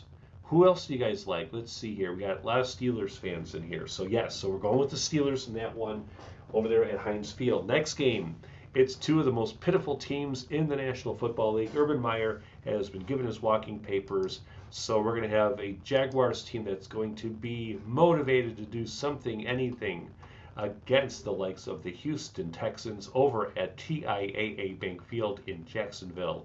Davis Mills will be taking snaps behind center for the Texans. There's really nobody on the Texans I like right now. It'll be interesting to see Trevor Lawrence and James Robinson bounce back here with a new interim head coach now that Urban Meyer's out of the picture. Maybe this might be a catalyst for them to do well, or maybe it's just going to be another week in malarkey land, and they'll fight for yet another first-round draft pick. Melanie says it's going to be a tie, 0-0, right? No one's going to score because they're both horrible. I think this is a game where Trevor Lawrence gets the confidence that he needs because Urban Meyer's shadow has been removed from him. He'll feel vindicated. He'll feel free. He'll feel like a woman in a Lifetime movie network channel where the man is thrown in prison and the woman's vindicated forever and free to roam the country. And then there's the music bed of piano music playing in the background while the credits roll. The same thing will happen here. It'll be the Jaguars and Trevor Lawrence will be vindicated. James Robinson will be vindicated. And then there'll be piano music playing at the end of the game with the credits rolling. Jim picks the Jaguars. Thursday, Jim picked the Jaguars. Created by Jim. Written by Jim. Inspired by Jim. Football picks by Jim. Clothes made by Jim. Brewery, Elmhurst Brewing Company. All right, I'm back. Anyway, I'm taking the Jags in this one. Simply because they don't have Urban Meyer anymore. And I'm going to say give me the under. Give me the under. As it's so low, 39.5. It's going to be horrible. It'll be like, 17-14 or 13-10. Something horrible. Melanie's going with the Jags. How about the rest of you guys? If you're watching, don't be afraid to type in comments. Talk injuries. Talk money. No one's talking money lines this year. There used to be a dude up in Madison, up in Wisconsin. No, it was in Eau Claire. It was in Eau Claire, talking about money lines. He's like, "Oh, I'll take minus 360. Crank it up." I don't know what happened to that dude. I forgot him. I had him on here too once in a while. So, next game. Ooh, look at this one. The Bengals and the Broncos. The Bengals disappointed so many people last week, didn't they? Against, I forgot who they played last week. But anyway, the Bengals are due to bounce back. Everyone's taking the Jags here. John's going with the Jags. So I'm going with Jacksonville as well. So onwards and upwards. Let's start with some of our late afternoon games. The first one, of course, is going to be focusing on Empower Field at Mile High Stadium, where the Denver Broncos will be taking on the Cincinnati Bengals, who are going to try to bounce back after a very disappointing performance last week. Bengals are struggling, and that whole division is just getting to be kind of melancholy again. Yeah, kind of tired. 2.5. Broncos running 2.5. Big Fangio's team favored there. Over under is 44 points. The Broncos are also 7-6. So this is a very pivotal game for both of these teams right now. The Broncos play the Lions last week, yawn, like I just did. And we're going to see what the Bengals can do here. It should be interesting. I'm still a big fan of Joe Burrow. But it just seems like he's just missing his targets. You know what I mean? I think there's some plays where he throws the ball way too early. He's not letting guys like T. Higgins and Tyler Boyd and Jamar Chase run their routes per se. And sometimes he lets the ball sail. Other days they'll sit there and they'll two-hop their receiver. I'm just hoping that we see a lot more Jamar Chase. I mean, that guy's just fun to watch. He already has 10 touchdowns on the season for the Bengals. He truly complements Tyler Boyd, T. Higgins. Joe Mixon's been kind of struggling lately, though. And I think he was not feeling good last week, but he should be able to bounce back this week. He's in the top 5 as far as total rushing yards in the National Football League. So definitely, if you have Joe Mixon, you've got to start him, no question about it. Grudy's going to come in here. Burrow's got a finger. How's that sound? Isn't it a song by Caroline Polachek? Burrow's got a finger, satellite and thunder. Burrow's got a finger. Yeah, sorry. Thank you very much. I was talking to Buddy as a writer. Anyway, so the Bengals, my concern here is that the Denver defense is pretty much playing its best it's played all year this year. I think they're going to stunt and line blitzes. They are going to try to force Joe Burrow into turnovers, or he may try to run the ball. They'll try to kind of do one of these things, get the ball out of his hands, kind of the punch like that, to punch the ball out. You may be seeing some of that as well. I do like the receiving tandem of Jamar Chase, Tyler Boyd, T. Higgins, but if the Broncos put enough pressure on them, this is going to be a tough road game for the Bengals. Now, on the other hand, it's not like Denver's offense is lights out per se, especially with Teddy Bridgewater behind center. But I think that you're starting to see Javonte Williams come into fold here. He had 2 touchdowns last week. He ran one for 73 yards, and then he was in on another one. I think he was 15 for 73. And he also was running the receiving end of a touchdown as well. Not much in the world of Cortland Sutton. or Jerry Jeudy. Everyone was all geeked about Jerry Jeudy coming back. We didn't hear much out of him at all. But Tim Patrick is the guy who we always used to sit there and talk about, but he's not been a household name per se. Noah Fant, on the other hand, has been vacant. Hoping that Noah Fant comes back the way he was at the beginning of the year. So we'll see what happens. Hey, what's going on, Robert? Welcome to HAPPS Huddle. Welcome to Week 15 in the National Football League. How are you, my friend? Bengals O-line is bad. Yeah, see, that's what I'm saying is they're not giving Burrow the time to pass. And I think if the Broncos play their cards right, if they stunt a lot, or even they send in bring in a safety to blitz once in a while just to keep them honest, I think they may be able to throw the Bengals game off a little bit here. Robert, I hope you're doing good over there on YouTube. What's going on, sir? Give me the Broncos and give me the over. I know it's going to be cold and in the 30s over there, but man, it's going to be a good game. I'm excited about it, and it should be a good one. But like I said, that one is one of my favorite That's my favorite game. That one in the Packers-Ravens on Saturday or Sunday afternoon should be good.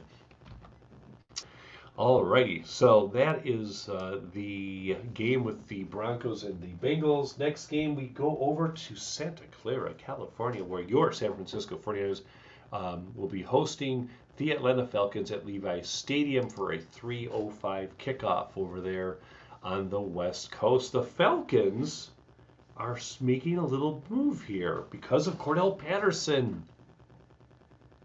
Yes, Cordell Patterson. We need lots of Cordell Patterson this week, don't we? Matty Ice just isn't throwing the ball anymore. He's seen better days, but I mean, I'm just going to say if he does throw Cordell Patterson, but you can't count out, you cannot count Russell Gage. Russell Gage may be somebody who also may be in the cards as well as far as the receiving option, but Cordell's just going to be running, and we'll see what happens because we need him big time. But Mike Davis made an appearance last week, believe it or not. I had him as like one of my last picks, and I dropped him in week 2 along with Zach Moss because they both sucked. But it'll be interesting to see if guys like Russell Gage and Tajay Sharp come into the equation as far as the passing game. But at least as of right now, the make or break, the intangible in this game is going to be Cordell Patterson. If that guy can get up to speed, get me at least a touchdown, at least 70 yards, I will be okay. I'll be very grateful. And keep your eye on Kyle Pitts. Kyle Pitts has been a great run blocker, but he's also someone who can fake run block and roll off of a defensive end and get out there for a dozen yards or so. So, on the other hand, for the 49ers, this is a must-win. This is a must-win for the 49ers. No question about it. They're in the hunt for the wild card, obviously, but the last thing you want to do is lose this game with the possibility that Arizona may move up a game ahead of them again, or another game ahead of them. So this is a must-win for the Niners right now. Jimmy Garoppolo is just, hit or miss. But the return of Elijah Mitchell makes that whole Elijah Mitchell, Jeff Wilson Jr. thing kind of an interesting thing. I think you'll see Mitchell get 2/3 of the carries, but don't be surprised if you see Jeff Wilson Jr. come in on a goal line situation. So just put that out there. John is starting Cordell Patterson and George Kittle. There you go. Melanie's going with the Broncos. John's going with the Broncos. I like the Broncos here. I mean, I like the offense that the Bengals have, but if that offensive line can't open up holes for Joe Mixon and he can't get enough time to throw the ball, let his like Jamar Chase run his patterns, that could be some issues. There can be some issues there. But for the Niners, though, how about Brandon Ayuk on Sunday afternoon? Did you see that play where right at the end of the game, he reached out for the pylon with the ball, full extension, and just touched the pylon before he went out of bounds? That was a great ending for the 49ers. Big win last week for San Francisco. No question about it. But I like the fact that Mitchell's back behind in the backfield for the Niners. Um, Debo is going to get probably too deep coverage, which is going to open things up for Brandon Ayuk and also for George Kittle, who just mentioned just moments ago. Um, but George Kittle is starting to amass yards. He's starting to get yards. He had like over 100 yards last week and a touchdown. He is in the upper echelons of all fantasy tight ends. I mean, you think of him, you think of Travis Kelce, obviously, but this is definitely a must. I would say that George Kittle is above in class compared to Mark Edwards on Baltimore, simply because of the fact that the Ravens have sucked lately. Plus, they don't have Lamar Jackson. But we'll talk about them in a second. There's too many offensive arsenals for Jimmy Garoppolo to target here, and I think the Falcons are going to fall victim to it. And it's just the last thing that they need. Atlanta has the 28th best defense, or the third worst defense in the National Football League against the run. And also, you're going to be looking at a very pitiful secondary for the Falcons. So give me the Niners laying 5.5 in a romp, and give me the over. The Falcons will score early, but then they're going to get tired, and that defense is going to get tired, and the Niners are going to take over. So, who do you guys like in that one? 9.5 points, a lot of wood, but I like the 49ers and the over, guys. Kittle missed 3 games in October, that's true. The Niners are getting healthy and at the right time, and they did this last year. Debo got hurt, and Debo and Kittle got hurt last year too. So taking the Niners, I am too. John's taking the Niners. I'm going with the Niners as well. 9.5. It's a lot of wood, but we'll see what happens. So is the Pete Carroll going away card going to be arriving at a destination near you? That is the question that is in play as the Los Angeles Rams take on the Seattle Seahawks over at SoFi Stadium. Tyler Lockett went off last week.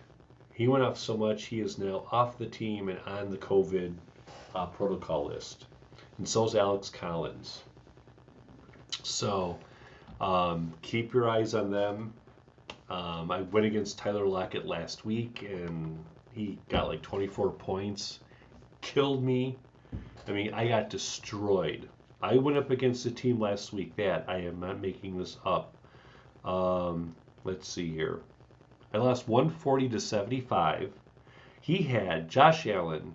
He had James Conner with 24. He had Clyde Edwards-Helaire with 15. He had Aaron Jones for 18. He had Tyler Lockett for 22. He had Mike Andrews for 17. Where else could he go wrong? He did absolutely nothing wrong. I got killed. Yeah. So that was against who I went up against. So fast forward to this week. Tyler Lockett's out. Figures now that I'm not playing him or I'm playing against him. Just my luck, But hey, that's just me. Anyway, Seahawks they've won 2 straight, but they're still not going anywhere. Even if they win outright, they won't make the postseason. And you can hope that Pete Carroll just retires and goes away. On the other hand, you have a Rams team that shocked the Cardinals on Monday Night Football. That was such a huge game, and that gave them a pickup. It's them, the Niners, the Cardinals. Arguably the best division in the National Football League is the NFC West right now. Matthew Stafford now has over 280 yards for his last 3 games, which is huge. He and Cooper Kupp are just, that's like Montana to Rice right now. It's so automatic, and it's so fun to watch those two connect. The running game, and it was Groot, and somebody else was asking me about the running back situation with the Rams. As we saw last week, there was a lot of Sony Michel, but now that you're factoring Darrell Henderson into the mix, it's going to be a test because Darrell Henderson is on the COVID list again, guys. So Henderson is out. It's going to be Sony Michel up the yazoo for the running game. But it's always fun to watch Stafford and Cooper Kupp connect. Van Jefferson was in there for a little bit. He was getting some action too. So that's something that you may want to check out as well. And I'm trying to think about any other intangibles that come into play. Odell Beckham Jr. is on the COVID list as well, so there will be no OBJ at all. So it'll be Cooper Kupp and Van Jefferson, and you might see a splash of Tyler Higbee, good old number 89 once in a while. So this game, boy, oh boy. Ooh, look at that. Melanie going with the Seahawks. You know what, Melanie? I like what you're thinking. But this is going to be a trap game. I mean, it has all the makings of a trap game because the Rams are coming off of a big win. They're on a short week, right? But I think the Rams will find a way to make it happen. Give me the Rams barely, maybe 6 points. It will not be a blowout. Give me the Rams laying 4.5. Give me the over as well because I think even without Tyler Lockett, you still have DK Metcalf over there and some other running tandems there for the Seahawks. But I am going with the Rams in that one. No question about it. So we're down to 3 games, guys. Packers and Ravens. Let's fly through this game really quick. This one taking place over there at M&B Stadium over there, M&T Stadium in Baltimore, Maryland. And as you know, Aaron Rodgers did what Aaron Rodgers does against the Bears. Will this be a letdown game, or will it just be a slugfest? I think it's be a little bit of both, in the sense that Baltimore's defense is getting worn down because there have been so many 3-and-outs prior to his injury. There were so many, God, what's the best word to describe it? A lot of just hesitancy on Lamar Jackson's part. He was like so tempted to run and throw the ball, run. A lot of indecisiveness, not a lot of confidence being displayed by Lamar Jackson in the first couple of weeks here or so. The Packers are on top of the NFC. They're 10-3 overall, and now they get to play against a team without Lamar Jackson. I'm smelling a lot of 3-and-outs in this game for the Ravens. And the Ravens defense, as far as their secondary, they're banged up. And they are not exactly the best against the pass. Against the run, they are okay. But I am still very vulnerable. I'm concerned. Aaron Rodgers is going to connect with, of course, I'm going against Devontae Adams, and I'm going against Deontay. So I'm going against Deontay and Devontae. Yeah. So I'm in big trouble as far as these matchups. This is going to be one where hopefully you'll just see Devontae Adams get like one early score, and they just spread it out the rest of the game and run the clock. I wouldn't mind seeing Aaron Jones run down the Ravens' throat all night. That'd be fine with me. But as we'd mentioned before, the Packers have so many options, not just with Aaron Jones, but A.J. Dillon is starting to make his impact. The guy has a build of like an old fullback in the old days, but the guy can run like a legitimate running back on his own. But it's, depends on how Aaron Jones's ACL is holding up. He may get surgery on it next year or during the offseason. But right now, let's see what happens. It's a running back by committee situation. Most of it, 2 out of every 3 will go to Aaron Jones. And then A.J. Dillon will do some pickup time or just to spell Jones. The receiving tandem of Davante Adams and those guys, I mean, that is going to be a fun team to watch going into this weekend. You're going to see, obviously, Allen Lazard. He went off against the Bears last week. The defense gave up a lot of points, though, to the Bears. And the Bears were winning at halftime. And you knew the second half was going to start. You knew Aaron Rodgers was just going to thread a couple of quick passes and take it easy the rest of the game. But we'll see what happens. We'll see what happens. You hate Aaron Rodgers, or you have Aaron Rodgers, and you have Davante. I'm going against Davante this weekend, so I'm in big trouble. Him and Deontay Johnson for the Steelers. So I'm hunker down, kids. Anything is possible. Anything is possible. So, we're also talking about the likes of the banged up Ravens. No Lamar Jackson. Excuse me. It's just that sprained ankle did not look good. It looked like a high ankle sprain the way that guy brought him down last week. As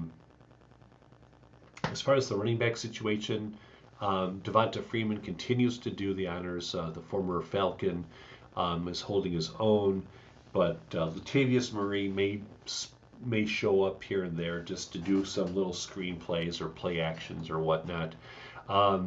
Mark Andrews stepped up big time last week. He was 11 for 115 yards.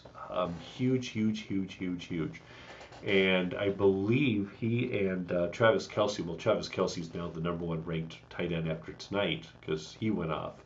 But Mark Andrews is making a good move as well, so make sure you check him out. He's in my league here.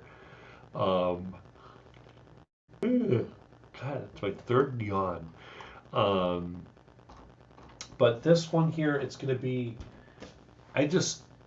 you have Huntley behind center. I mean, this is going to be, some are saying, oh, this might be a trap game, being on, Monday Night Football with the Bears, yeah. Give me the Packers, laying 5.5. And give me the over. I think Aaron Rodgers is going to just destroy these guys. And I think it's going to be a lot of Aaron Jones running the ball down their throat to tire out their front 7. So who do you guys like in this one? Do you like the Packers laying 5.5, or do you guys like the Ravens? The over-under is 43. All right, 2 more games to go here. 6 minutes to do it. Saints and Bucks. Remember, these guys played against each other on Halloween with the Saints prevailing. And that was the week where Jameis Winston got hurt as well late in the 4th quarter. On the other hand, the Bucks, they are starting to, of all things, run the ball. Yes, with Leonard Fournette. And but right now, the big thing here is that the Bucks are trying to keep up with the Cardinals and the Packers. The Bucks are 10-3 right now. They have won 4 straight. The Saints need this win as well. They are 6-7. They would like to finish 9-7 and hope to God that somebody else just starts failing miserably. Wait, the Bears are playing the Saints, aren't they? Oh, hi, we're back. So anyway, Taysom Hill got a touchdown last week. Do you see him run down the left sideline last week? That was pretty cool. I dig that. I really dig that. He was, oh my God, I think he struggled against the Jets last week. I think he had like 175 yards, but he did score twice via running. He was 11 of 75 with 2 touchdowns on the run. And I think one of them was like in the Wildcat, where they brought him in as, he wasn't even a starting quarterback. They just brought him in as a wildcat, and they kind of ran it that way. Plus, Kamara's doing better. He was 19 for 61 and a touchdown. And I believe Mark Ingram may or may not be back from COVID. Check your game day actives and inactives. Kamara has just been lights out for them lately. I think the only receiver that I would consider on this team would be Traquan Smith. Traquan Smith holds his own. But everyone else after that, it's just a big step down in class. This is going to be a very boring game, especially because it's being played in Tampa Bay. Tampa Bay has this game circled because they lost a game that they should have won in New Orleans on Halloween. And I know that's kind of reflected in the 11 points the Bucs are laying here today. This team just has too many options. Way too many options. Leonard Fournette in the backfield has done a reputable job. I mean, he's keeping, whatchamacallit, a couple of other people I know here at Bay. But Chris Godwin is a beast this year. Mike Evans, just his height and his size are going to be coming into play here. I'm going against Gronkowski this week to prove you again. I'm playing a guy who purposely stacked his team to excel in the playoffs, and this is what I'm going against. Ugh, I hate it. Ugh. I've got to win, though. That's why it's important I get all these points while I can. So the 11.5, or 11 is the spread. The high-low is 46. Who do you guys like in this one? Melanie's going with the Saints. That's a lot of wood there. A lot of wood. Can Taysom Hill put those kind of numbers up? Will he be able to, shoot out Tom Brady in his backyard? You are starting Chris Goodwin. I'm so tired. I like Chris Goodwin. I had him last year. Goodwin. I had Chris Godwin last year, and he was good the first half. And then I just had Tyler Lockett on the other side, and then I'm in a 10-team PPR flex. So it's kind of weird. But anyway, this one, the Bucs are going to win big time. I was tempted to take the Saints, as Melanie did, simply because of the fact that it's a lot of wood, and they make a run for it. But I don't really. I mean, Kamara's good, Traquan Smith's good, Taysom Hill holds his own, but after that, there's just a drop in class there. The Bucs, on the other hand, go so deep it put your butt to sleep. Thank you very much. I'm singing my Ice Cube songs. All right, one more game, guys. Monday Night Football. You know the Bears just haven't sucked on national television in about, a week? So let's bring them back for Monday Night Football. Let's get a national cause to try to get everyone to have the McCaskies sell the team. Get rid of the McCaskies, get rid of Ryan Phillips, get rid of George McCaskey, get rid of Ryan Pace, get rid of pretty much everybody. Let's start over here in Chicago. The Vikings and the Bears over at 16th and McFetrich along Chicago's magnificent lakefront. The Vikings got a huge win against the Steelers on Monday night. We saw that game last week with Freiermuth right through the hands.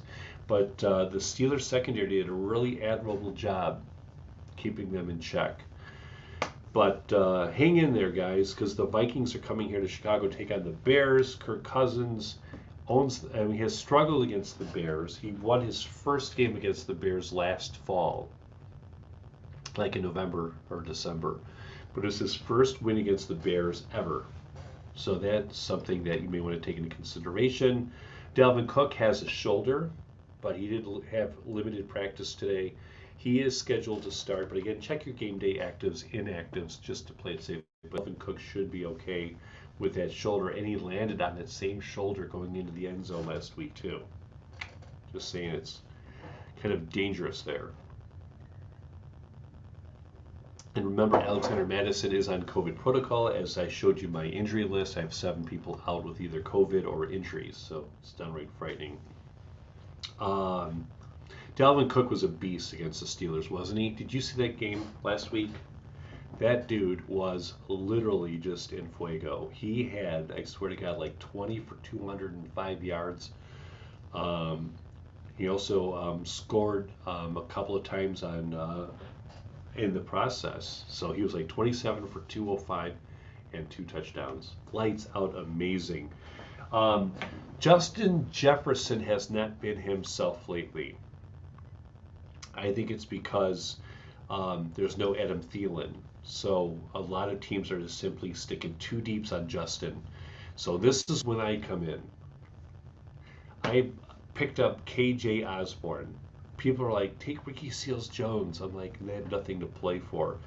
These guys are playing for pride, but also for the fact that it's a, you know, it's just a big game for the Vikings right now. They need to win this game to stay alive for the postseason hunt. They want to get back over to 7 or back over to 500 and everything. So I have KJ Osborne. I also have Greg Joseph, their kicker. The Bears, on the other hand, we'll see what happens here.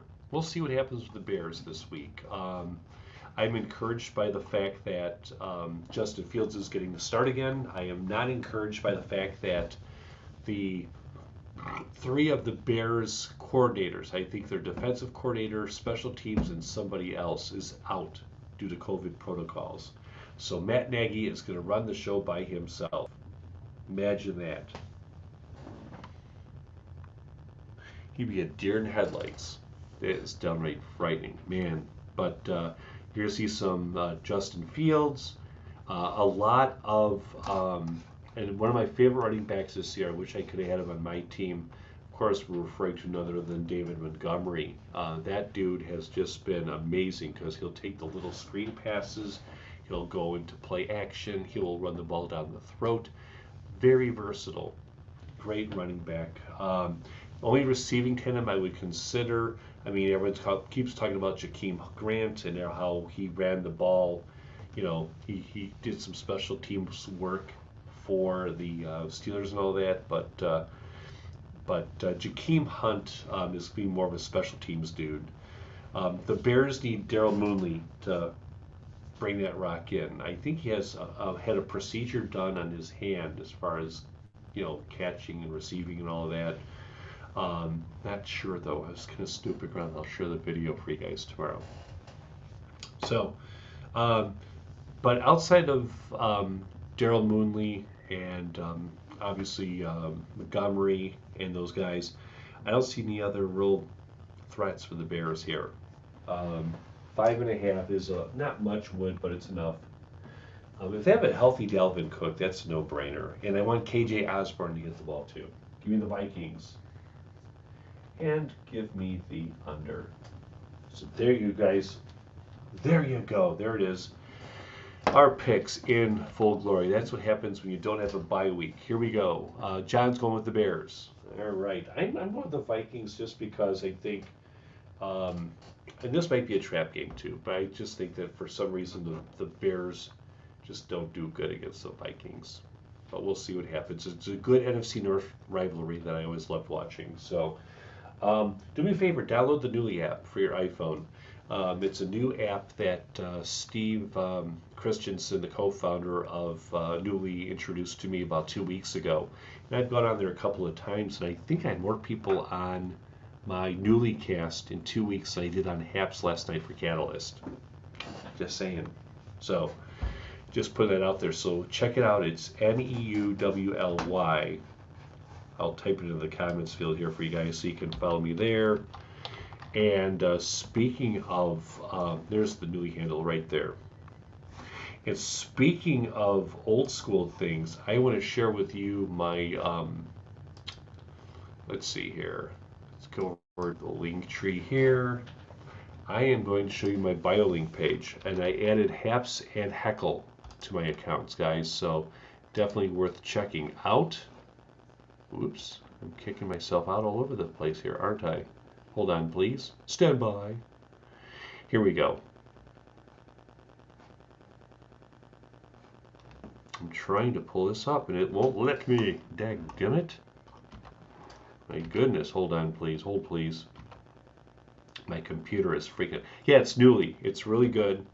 And let me see if I can get the link back up here. I apologize for the delay.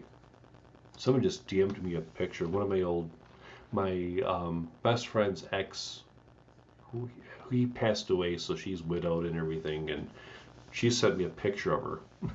I'm like, wow, she looks the same. It's pretty cool. And she's like 50, but she looks like she's 40. She could still rock a two-piece also.